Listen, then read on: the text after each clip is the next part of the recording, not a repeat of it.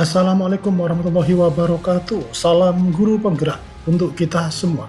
Kita masih dalam pendidikan guru penggerak angkatan ke-9, yaitu koneksi antar materi modul 2.1. Profil guru penggerak angkatan ke-9. Nama saya Joko Nugroho, Unit Kerja SDE Negeri 2 Kramat, Kecamatan Lamongan, Kabupaten Lamongan. Tugas mengajar guru kelas 4, yang kedua pembimbing kesenian geguritan. Tugas lain adalah operator dapodik, operator BOS, dan proktor ANBK. Pertanyaan memantik untuk modul kita kali ini adalah, apa yang dimaksud dengan pembelajaran berdiferensiasi? Yang kedua, bagaimana pembelajaran berdiferensiasi dapat dilakukan di kelas? Yang ketiga, jelaskan bagaimana pembelajaran berdiferensiasi dapat memenuhi kebutuhan belajar murid dan membantu mencapai hasil belajar yang optimal. Dan yang keempat, jelaskan pula bagaimana Anda melihat kaitan antara materi dalam modul ini dengan modul lain di program pendidikan guru penggerak. Baiklah, ayo kita bahas satu per satu. Selamat menyaksikan. Apa itu pembelajaran berdiferensiasi? Pembelajaran berdiferensiasi adalah serangkaian keputusan masuk akal atau common sense yang dibuat oleh guru yang berorientasi kepada kebutuhan murid. Yang kedua, pembelajaran berdiferensiasi haruslah berakar pada pemenuhan kebutuhan belajar murid dan bagaimana guru merespon kebutuhan belajar tersebut.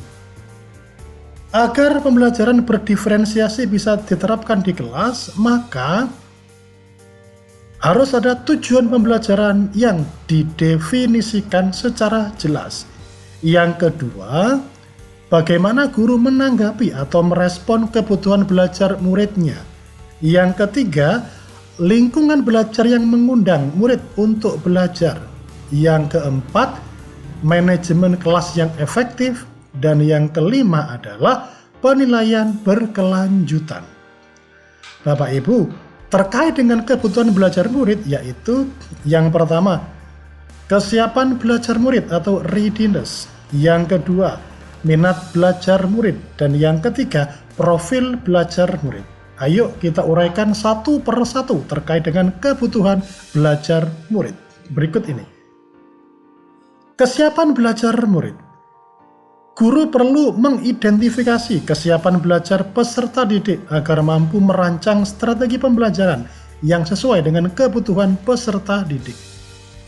Kesiapan belajar atau readiness adalah kapasitas untuk mempelajari materi, konsep, atau keterampilan baru. Sebuah tugas yang mempertimbangkan tingkat kesiapan murid akan membawa murid keluar dari zona nyaman mereka dan memberikan mereka tantangan. Namun, dengan lingkungan belajar yang tepat dan dukungan yang memadai, mereka tetap menguasai materi atau keterampilan baru tersebut. Yang kedua, minat murid. Karena minat adalah salah satu motivator penting bagi murid untuk dapat terlibat aktif dalam proses pembelajaran. Minat juga dapat dilihat sebagai sebuah kecenderungan individu untuk terlibat dalam jangka waktu lama dengan objek atau topik tertentu. Profil belajar murid. Profil belajar mengacu pada cara-cara terbaik bagaimana kita belajar. Memahami profil belajar murid adalah penting bagi pendidik karena memungkinkan mereka untuk menyesuaikan pengajaran agar lebih sesuai dengan gaya belajar dan preferensi siswa. Yang berikutnya, pendidik dapat memanfaatkan pemahaman tentang profil belajar siswa untuk menyusun pengajaran yang lebih beragam dan efektif, sehingga setiap siswa memiliki kesempatan untuk mencapai potensinya. Profil belajar murid ada yang bernama gaya belajar visual. Ini bisa dengan mengamati gambar, poster, mengamati video. Ada yang namanya gaya belajar auditori, yaitu murid mendengarkan ceramah dari guru, dari teman sejawatnya, atau dari media-media digital lainnya. Yang ketiga adalah gaya belajar kinestetik, yaitu pembelajaran yang disertai dengan kegiatan aktivitas fisik.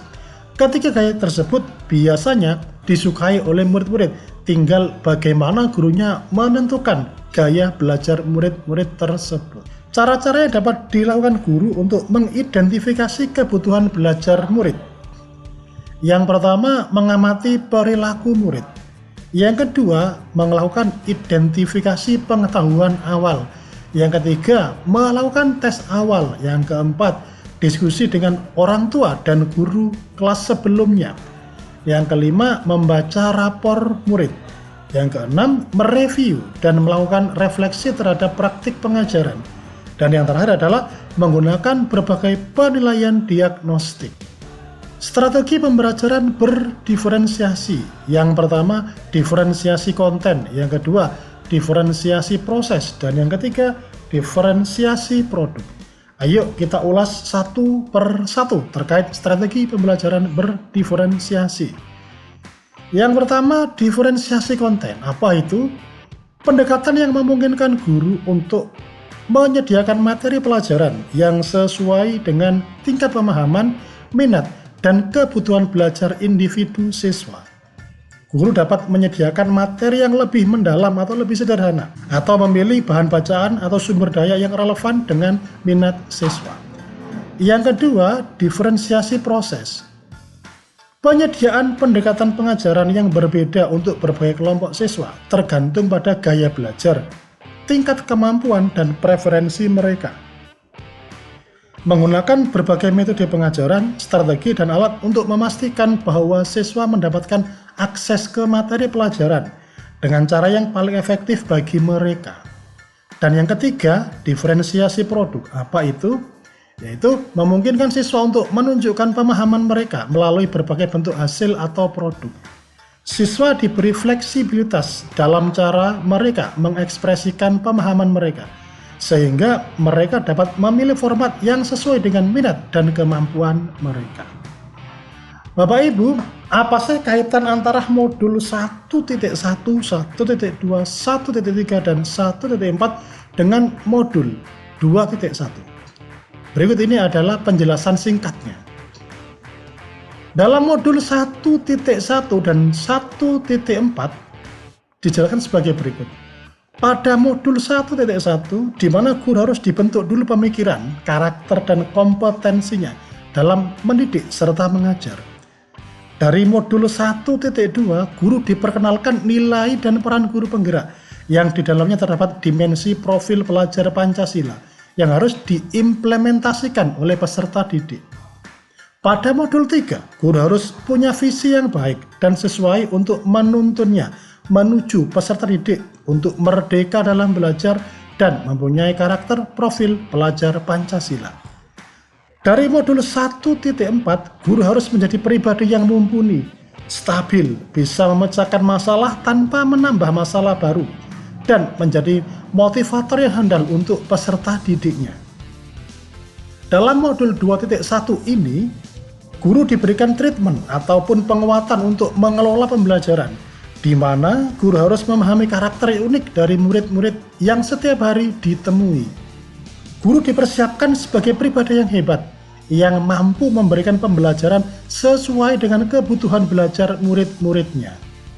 Guru dibentuk sebagai personil yang detail, yang mampu menganalisis kesiapan belajar, minat belajar, dan profil belajarnya. Berikut ini adalah gambaran yang bisa saya berikan untuk modul 1 dan modul 2. Pada modul 1.1 sampai modul 1.4, saya ibaratkan kita sedang membangun rumah. Rumahnya sudah jadi seperti gambar tersebut. Pada modul 2.1, saya ibaratkan itu adalah listriknya, listrik yang akan mengaliri rumah tersebut. Dengan listrik tersebut kita bisa menyalakan berbagai benda. Dengan listrik tersebut kita bisa memanfaatkannya dengan baik untuk menopang kehidupan sehari-hari kita. Jadi modul 1 dan modul 2 ini keterkaitannya sangat erat sekali, terutama dalam pembentukan karakter, terutama dalam pembentukan guru, di mana guru harus menjadi pribadi yang hebat, yang stabil untuk murid-muridnya di masa yang akan datang. Terima kasih atas segala kesempatan yang telah diberikan kepada saya. Mohon maaf atas segala kekurangan. Semoga bermanfaat video kali ini. Assalamualaikum warahmatullahi wabarakatuh.